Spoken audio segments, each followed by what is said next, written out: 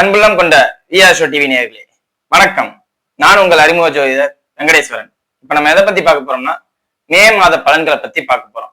இந்த மே மாத பலன்களை பார்க்கறதுக்கு முன்னாடி என்னென்ன கிரகங்கள் இந்த மே மாசத்துல பயிற்சி ஆகுது அப்படிங்கிறத ஃபர்ஸ்ட் பார்ப்போம். சூரிய பகவானானவர் மே மாதம் 14ஆம் தேதிக்கு பின் ரிஷபராசியில சஞ்சரிக்கிறார். அது மட்டும் தானா, மே மாதம் 6ஆம் தேதியே புதன் பகவான் மேச ராசியிலும், அதே புதன் பகவான் மே மாதம் 23ஆம் தேதிக்கு பின் ரிஷபராசியிலும் சஞ்சரிக்கிறார். அதே மாதிரி நம்ம எல்லாருக்கும் தெரிஞ்ச பயிற்சியான குரு பயிற்சி மே மாதம் 14ஆம் தேதிக்கு பின் நடைபெறுகிறது. அதே மாதிரி ராகு கேது பயிற்சி நம்ம இன்னும் அதை பத்தி பேசல, அதுக்கான வீடியோவும் போடல. இந்த மே மாத பலன்கள் பேசினதுக்கு அப்புறம் போடலாம் அப்படின்னு இருக்கோம். ராகு கேது பயிற்சியானது மே மாதம் 18 தேதிக்கு பின் ராகு கேதுவும் பயிற்சி ஆகிறார். அப்படிங்கும்போது இந்த குறிப்பான முக்கிய கிரகங்கள்னு சொல்லப்படுற குரு பகவானும் ராகு கேதுவும் இணைந்து இந்த மாதத்தில் பயிற்சி ஆகிறார்கள். அப்படி பயிற்சி ஆகும் போதுல 12 ராசிக்கும் எவ்விதமான பலன்களை தரப்போகுது, உங்களுக்கு அனுகூலமான பலன்களை தரப்போதா, இல்ல பாதகமான பலன்களை தரப்போதா, இல்ல நம்ம சாதாரண நிலையில இருப்போம், திடீர்னு மிகப்பெரிய அதிர்ஷ்டங்கள் எதுவும் நம்ம தேடி வரப்போதா அப்படிங்கிறத பத்தி ஃபுல் வீடியோல பேசியிருக்கோம். சரியா? இப்ப வாங்க 12 ராசிக்கான பலன்களை பார்ப்போம். மேசராசி அன்பர்களே, இந்த மே மாதமானது உங்களுக்கு சகல விதத்துல ஏற்றங்கள் தரக்கூடிய மாதம் தான். எதை வச்சு சொல்றேன்னு கேக்குறீங்களா? ராசிக்கு 2ஆம் இடத்தில் சூரிய பகவான் சஞ்சரிக்கிறார். அது மட்டும் தானா, ராசியிலே புதன் பகவானும் சஞ்சரிக்கிறார். என்னங்க, ராசிக்கு 6ஆம் அதிபதி ராசியில சஞ்சரிக்கும் போது எப்படிங்க சாதகமான பலன்கள் தரும் அப்படின்னு தானே கேட்கணும். இல்ல, இங்க உங்களுக்கு புத்தி சாதுரியத்தையும் உங்களோட அவசர குணத்தையும் கொஞ்சம் குறைப்பாரு. அவசரமா நான் தான் பண்ணணும் எப்பவும் ஒரு தன்மை உங்களுக்கு இருக்கும். எதையுமே யோசிக்காம பட்டன்னு பண்றாங்க அப்புறம் நீங்க. அப்படிங்கும் போது இந்த நேரத்துல அவசரப்படாம நின்னு நிதானமா எல்லா வேலையும் பார்ப்பீங்க. சகல விதத்துல ஏற்றமும் அனுகூலமும் இந்த பொறுமை உங்களுக்கு தரும். அதாவது வார்த்தைகளை நல்லா கவனிக்கணும். பொறுமையா நீங்க செயல்பட்டு இந்த நேரத்துல ஜெயிப்பீங்க அப்படிங்கிறத சொல்றேன். அதே மாதிரி கல்வி சார்ந்த அமைப்புலையும் படிப்பு சார்ந்த படிவேடு, அதாவது அட்டனன்ஸ் மங்கல்ல அந்த மாதிரி படிவேடு சார்ந்த அமைப்புலையும், அதே மாதிரி இந்த என்ட்ரி ரிலேட்டடா இருக்கும் பாத்தீங்கன்னா டாக்குமெண்ட் சார்ந்த அமைப்புகள் எல்லா விதத்திலும் ஏற்றமும் அனுகூலமும் தரும். எப்படி தரும் அப்படின்னு கேட்டீங்கன்னா, ராசியில புதன் பகவான் சஞ்சரிக்கிறார். அப்படிங்கும் போது இதெல்லாம் நீங்க தேடி போகணும்னு அவசியம் இல்லை, அதுவே உங்களை தேடி வரும். நீங்க இயல்பா நார்மலா இருந்தாவே போதுமானது. அதுவே எல்லா விதத்திலையும் உங்களுக்கு சாதகமான தன்மையில உங்களுக்கு கொடுக்குற நிலைக்கு கொண்டு வந்துடும். பாதிப்பே இல்லை, சாதகமான நிகழ்வு தான். இன்னும் சொல்ல போனா பத்திரப்பதிவு சார்ந்த துறையில இருக்கிறவங்க, இந்த டாக்குமெண்ட் சார்ந்த அமைப்புல இருக்கிறவங்க, மேக்ஸ் டீச்சரா இருக்கிறவங்க, கவர்மெண்ட்ல மேக்ஸ் டீச்சரா இருக்கிறவங்க போதுல ஊதிய உயர்வு கிடைக்கும். அதனால உங்களுக்கு ஒரு பிளஸ் சாதகமான தன்மை. பள்ளி மாணவர்கள் இப்ப திடீர்னு நீங்க டியூஷன் கூட எடுப்பீங்க, டியூஷன் சார்ந்த அமைப்பை நீங்க எடுத்து கூட உங்களுக்கு வருமானம் சார்ந்த அமைப்பை பெருக்கிக்கலாம் அப்படிங்கிற ஒரு தன்மையில நிகழும். மே மாசத்துல எப்படி டியூஷன் எடுப்பேன், மே மாசத்துல எப்படியா டியூஷனுக்கு பசங்க வருவாங்கன்னு கேட்பீங்க. பட் ஆனா மேசராசியான உங்களுக்கு அவங்களோட இன்வால்மெண்ட், அதாவது பசங்களோட இன்வால்மெண்ட், திடீர்னு மேக்ஸ் டீச்சரா இருக்கும்போது உங்கள்கிட்ட அதிகமா படிக்கலாம் அப்படிங்கிற ஒரு தன்மைக்கு வருவாங்க. அதே மாதிரி பள்ளி மாணவர்களாக இருக்கும் பட்சத்தில் சகல விதத்துல ஏற்றம். அதாவது நீங்க இந்த நேரத்துல கண்டிப்பா ரிசல்ட் ஹையா ஸ்கோர் பண்ணுவீங்க. உங்க ராசியாதிபதி நீச்சம், அது மட்டும்தான் குறை. அதாவது எப்படின்னா, கஷ்டப்பட்டு படிச்சு ஃபர்ஸ்ட் ரேங்க் எடுக்கிற மாதிரி நீங்க சூழ்நிலையில இருப்பீங்க. ஆனா அந்த ஃபர்ஸ்ட் ரேங்க் எடுக்கிற தன்மை கொஞ்சம் பாதிப்புக்கு உண்டாகும். அதாவது எப்படின்னா, பாஸ் ஆயிருவீங்க, அதெல்லாம் பாதிப்பு இல்லைங்க. சும்மா ஜாலியா சுத்திட்டு இருப்பாங்க பாத்தீங்களா, அவங்க எல்லாம் ஈஸியா பாஸ் ஆயிருவாங்க. அதே மாதிரி ரொம்ப கஷ்டப்பட்டு நான் இந்த லெவல்ல வரணும் அந்த லெவல்ல வரணும்னு படிப்பீங்க பாத்தீங்களா, அவங்களுக்கு எல்லாம் கொஞ்சம் பாதிப்பு தன்மையா நிகழும். இது ஏன்னா ராசி அதிபதி நீச்சம், அது ஒண்ணுதான் குறைய ஒழிய மற்ற விதத்துல எங்கேயும் குறையில்லை. எல்லா விதத்துல ஏற்றமும் அனுகூலமும் தந்து சௌக்கியத்தை தான் தருமே ஒழிய நெகட்டிவ்க்கு இங்க வேலை இல்லை. 12ஆம் இடத்துல சனி பகவான் போறார். சோ நீங்க எவ்வளவு கஷ்டப்பட்டாலும் பலன் சனி பகவான் தான் தருவாரே ஒழிய ராசியாதிபதி நீச்சம் அப்படிங்கிறதுக்கெல்லாம் இங்க வராது. 12ஆம் இடத்துல சனி பகவான் போறாரு, அது ஜென்ம சனி ஆயிடுச்சு. 7.5 சனி தன்மைக்கு வரும்போதுல கொஞ்சம் பாதிப்பு இருக்கு, அதெல்லாம் கவனமா பாத்துக்கணும். அதே மாதிரி பெரியோர்களிடம் வாக்குவாதம் பண்ணக்கூடாது. உங்களோட வயசுல மூத்தவங்களா அவங்கள்ட்ட வாக்குவாதம் பண்றதெல்லாம் நிறுத்திக்கங்க. தேவையில்லாம சண்டை போடுறது, தேவையில்லாம வம்பு பண்றது, பிரச்சனைக்கு பண்றது, இதெல்லாம் வேண்டாமே. அவங்க நமக்கு முன்னாடி பிறந்துட்டாங்க, அவங்க சொல்றதை கேட்டு போறதுல என்ன இருக்கு?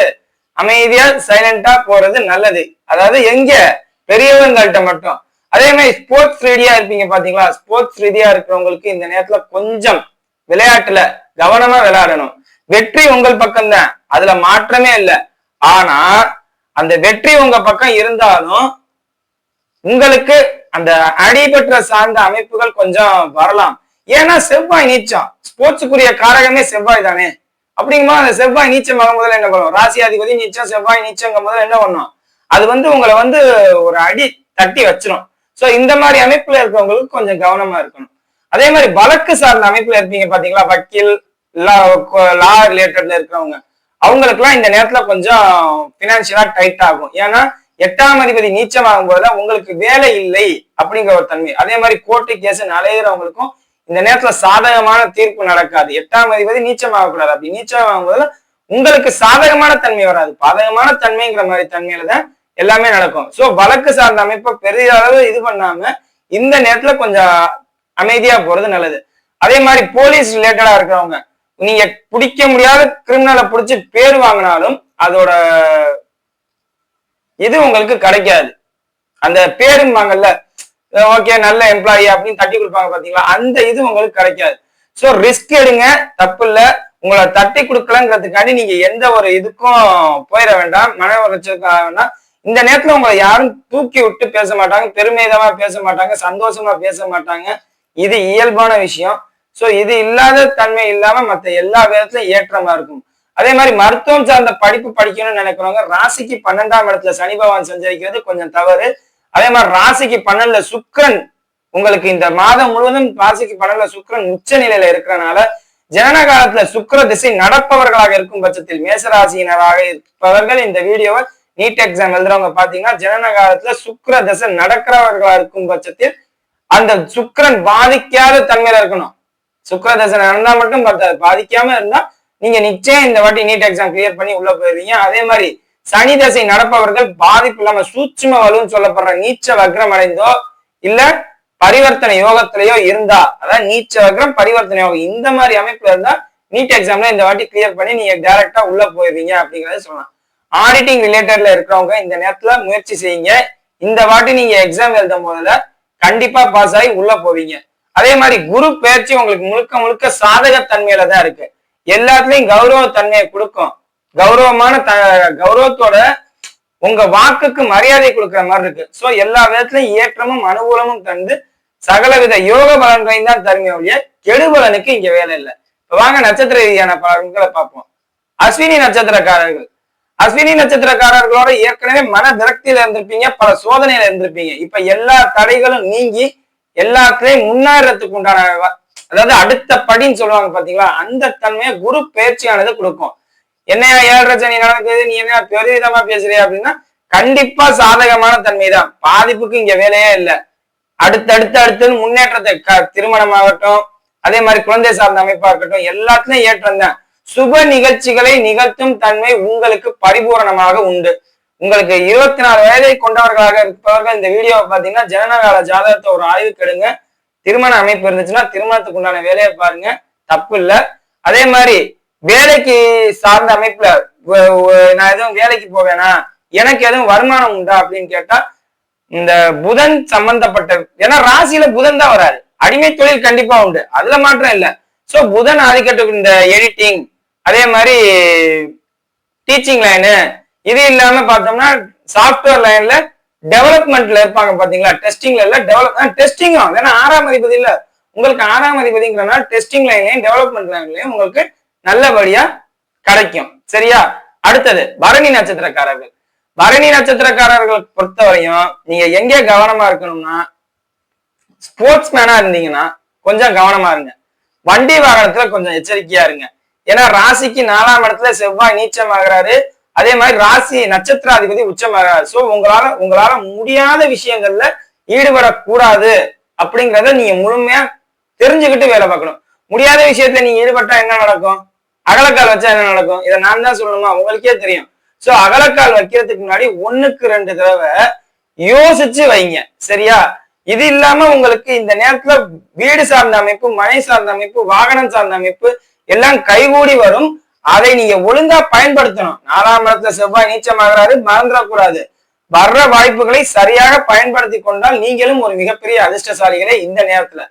அடுத்தது கார்த்திகை நட்சத்திரக்காரர்கள். கார்த்திகை நட்சத்திரக்காரர்களை பொறுத்தவரை எல்லா விதத்திலும் ஏற்றம் தான். உங்க வாக்குக்கு மரியாதை கிடைக்கும். அதே மாதிரி இந்த நேரத்துல மருத்துவம் சார்ந்த செலவு வரும். தாயாருடைய உடல்நிலை கவனமா பார்த்துக்கணும். பல் சார்ந்த அமைப்பு, அதாவது பல்லு எலும்பு சார்ந்த அமைப்புல நீங்க உங்களுக்காண்டியோ இல்ல உங்க தாய் தந்தையருக்காண்டியோ நீங்க எங்க ஹாஸ்பிட்டலுக்கு போற மாதிரி உள்ள சூழ்நிலை நிகழும். பல் சார்ந்த அமைப்பாலேயோ எலும்பு சார்ந்த அமைப்பாலேயோ ரத்தம் சார்ந்த அமைப்பாலேயோ. ஏன்னா செவ்வாய் நீச்சம். அது ஒண்ணு உங்களுக்கு நடக்கலாம், இல்ல உங்க பெற்றோருக்கு நடக்கலாம். அதிகபட்சம் தாயாரோட உடல்நிலையை பாதிக்கலாம், உங்களோட உடல்நிலையை பாதிக்கலாம். கூடிய தந்தைக்கு இங்க பாதிப்பு இல்லை. ஏன்னா குரு பயிற்சி ஆகி ராசியை பார்த்துறாரு, 9ஆம் இடத்தை பாக்குறாருல. சோ சகல இடத்துலயும் அவருக்கு ஏற்றம் தான். அப்போ உங்களுக்கு உங்க தந்தை தாயாருக்கும் பாத்துக்கிற மாதிரிதான் சூழ்நிலை நடக்கும். மற்றபடி நெகட்டிவ் வேலை இல்லை. அதே மாதிரி நீங்க உங்களுக்கு இயல்பாவே கோபம் அதிகமா வரும். அந்த கோபத்தை குறைச்சிக்க பாருங்க. கோபத்தை குறைச்சிக்காம விட்டா பாதிப்பு உங்களுக்கு தான். அதிகாரம் உங்கள் கைக்கு அதிகமா இந்த நேரத்துல கிடைக்கும். அதிகாரம் வருது அப்படிங்கிறதுக்காண்டி எல்லாரையும் ஆட்டி படைக்கணும்னு நினைக்க கூடாது. எல்லா விதத்திலையும் ஏற்றமும் அனுகூலமும் கொண்ட மாதம் தான் உங்களுக்கும். ஆனா எங்கே கவனமா இருக்கணும்னா வண்டி வாகனம் சார்ந்த அமைப்புல ரொம்ப ரொம்ப எச்சரிக்கையா இருக்கணும். மற்றபடி எல்லாமே நல்லா இருக்கு. வீடியோ இப்பதான் ஃபர்ஸ்ட் டைம் பாக்குறதா இருந்தா லைக் பண்ணுங்க, ஷேர் பண்ணுங்க, கமெண்ட் பண்ணுங்க. சேனலை மறக்காம சப்ஸ்கிரைப் பண்ணுங்க. வேற எதுவும் ஜோதிட ஆலோசனைக்கு கீழே உள்ள நம்பருக்கு கால் பண்ணுங்க.